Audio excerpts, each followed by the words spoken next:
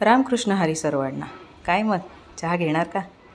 चहासोबत प्रत्येकाचे वेगवेगळे किस्से जोडलेले आहेत. सोबत एखादी व्यक्ती आणि चहा, मग काय गप्पांना रंगत चढलीच म्हणून समजा.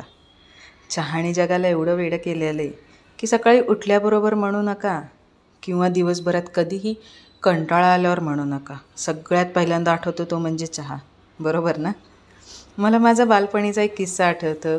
माझे बाबा FM रेडिओवरती जुनी गाणी लावायची. आता त्या जुन्या गाण्यांची रंगत नवीन गाण्यांना अजिबात नाही आहे. आणि त्या जुन्या गाण्यांसोबत पाऊस पडत होता.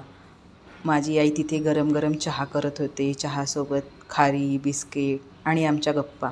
आणि ते मागं शांत आवाजात जुन्या गाण्यांचं बॅकग्राऊंड म्युझिक वाजते. काय मजा येत होते. ते बालपणीचे दिवस कधी येणार नाहीत, पण आता आठवणीमध्ये ते जगता येतात ह्याचं खूप समाधान आहे.